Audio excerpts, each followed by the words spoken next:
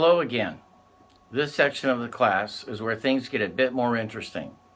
The first part of this section deals with residential construction. It identifies various components making up a home. Among the various components or parts of the home, some of the most important parts are the studs, the joists, both floor joists and ceiling joists, the rafters, the ridge beam, the foundation, and the headers. Of course, there are the obvious things like the roof, windows, walls, and the plumbing fixtures. On page 237 of the textbook, there is a diagram of many of the components making up the construction. There is also a diagram you can download from the course documents file in this class.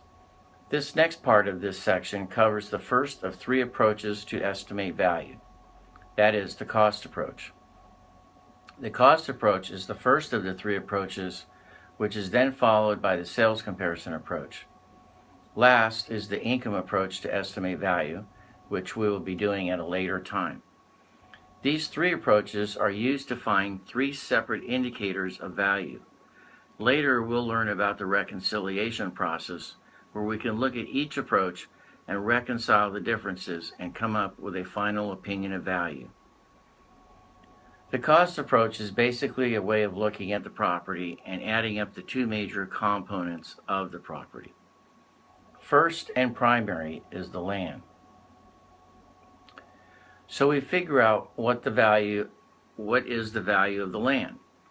Then next, we figure out the value of the building, or the improvements, as we call the buildings and all the other things on top of the dirt. The driveways, the hardscape, the pools, etc. We estimate how much the improvements have depreciated since they were new and subtract that from the value, giving us the depreciated improvement value. Then we simply add the two values together. Well, it's a little more complicated than that, but not so much. This gives us a value via the cost approach to estimate value. The land value plus the depreciated improvement value equals the value of the property. The land can be determined by comparing it with other vacant land sales, or it can be determined by finding other sales where the land is similar, but not necessarily the buildings or improvements are similar, and by mathematically subtracting the improvement value from those sales and ending up with the value of the land. This process is called the extraction method. Finally, this section explores the sales comparison approach to estimate value. Simply put, we gather data regarding other sales in proximity of the subject property, and we analyze them and compare them to the components and amenities of our subject property we are appraising. We compare the square footages of the properties. We try and compare the bedroom counts, the bathroom counts, whether they have pools, and what are the similar or dissimilar amenities. We look at the quality of construction.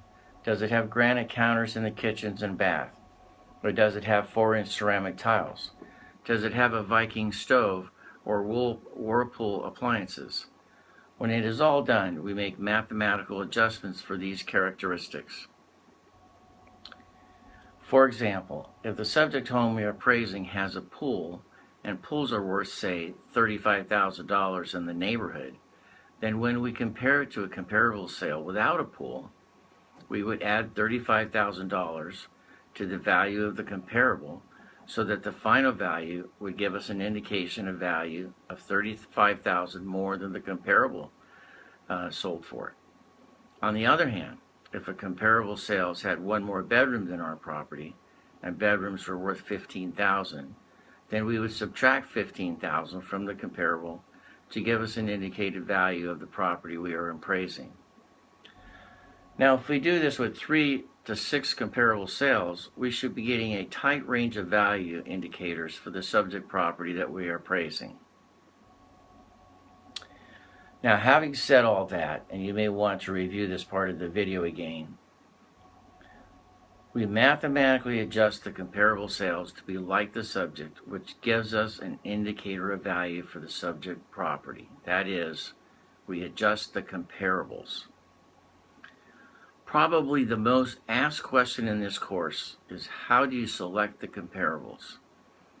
What is most important? There is no right answer for each occasion every time. Each assignment may have different variables which make up one comparable sale more important than another. However, the trends are that they should be close in proximity, they should be close in time. A 1-month-old sale is better than a 1-year-old sale. They should be similar in size, similar in quality, similar in bedroom and bathroom count. But for all these things, once they are selected, we can make the proper adjustments so as to arrive at a final value conclusion with confidence. Well, this should provide you with a lot to think about. This is where it gets to be challenging and exciting. Make sure you stay in touch with your classmates this week, as we will be selecting some comparable sales to use while we begin to do our first appraisal assignment in this very class. See you next week.